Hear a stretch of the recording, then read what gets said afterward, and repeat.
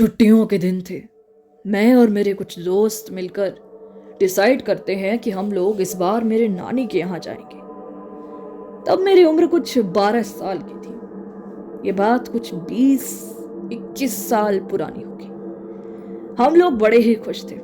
चलो, पहली बार बस पकड़ के नानी के यहाँ जाने को मिलेगा, और वो भी आलू के गरम गरम घी से लगे पराठे खाएंगे।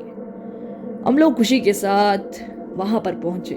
नानी ने पराठे खिलाए और उसे खाने के बाद ऐसी नींद लगी कि 6 बजे जाकर ही जाग खुल पाई।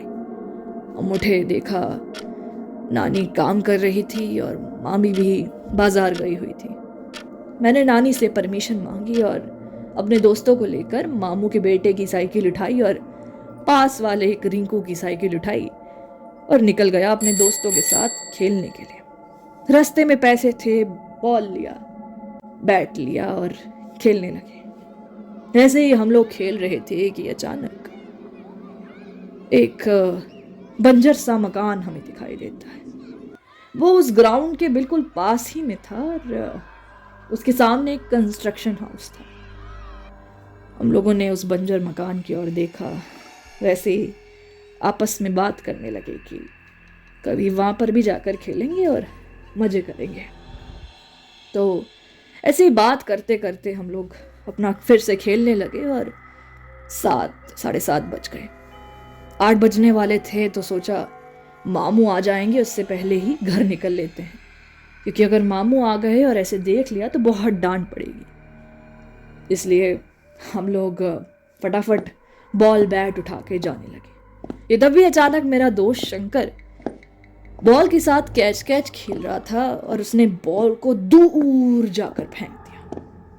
हमें बड़ा गुस्सा आया क्योंकि लेट हो गया था और ऊपर से बॉल को इस तरह फेंक दिया। हमने उसे कहा कि अब तुम अकेले जाकर लेकर आओ, हम यहीं पर खड़ेंगे, हम नहीं आ रहे तुम्हारे साथ। वो बोला ठीक है, मैं ही बॉल लेने के लिए जाता हूँ। अब वो बॉल लेने के लिए वहां तक पहुंचा तो पता नहीं उसे क्या हुआ और अचानक से उसके चिल्लाने की आवाज हमें आई। हम लोग बहुत ज्यादा घबरा गए। हम लोग उसके पीछे पीछे पहुंचे तो वो बहुत कांप रहा था और बेहोश था। हम लोग डर गए। हमने फटाफट आसपास जो लोग थे उन्हें बुलाया। कुछ जानकार थे मेरी नानी के, मुझे भी जानते थे, तो उनको कहा और फिर मेरी नानी को भी बुलाया गया। और जब बुलाया तो उन्होंने एक बाबा को वहाँ पर बुलाया और कुछ झाड़ फूंक करने लगे। अपनी कुछ तरीके से वो मेरे दोस्त को होश में लाने की कोशिश कर रहे थे।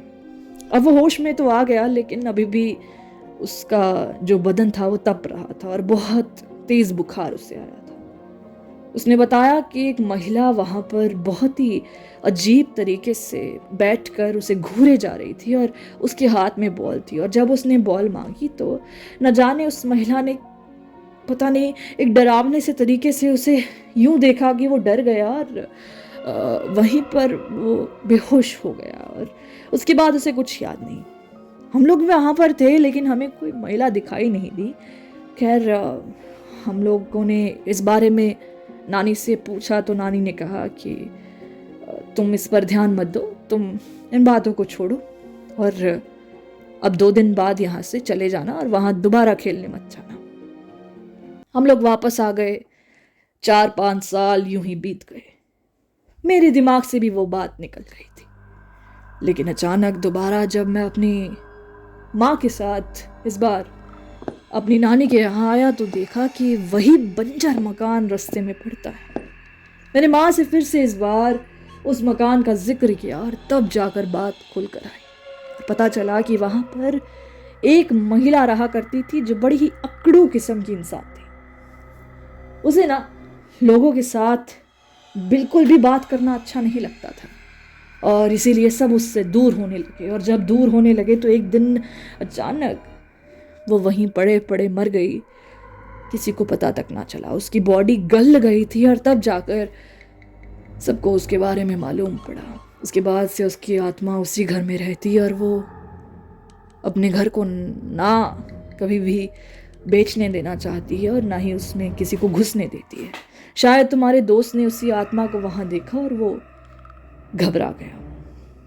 ये सुनकर मेरे भी उस दिन रोंगटे खड़े हो गए थे, और आज तक मैंने अपने उस दोस्त को ये बात बताई नहीं कि उसके साथ ये सब कैसे और क्या हुआ था।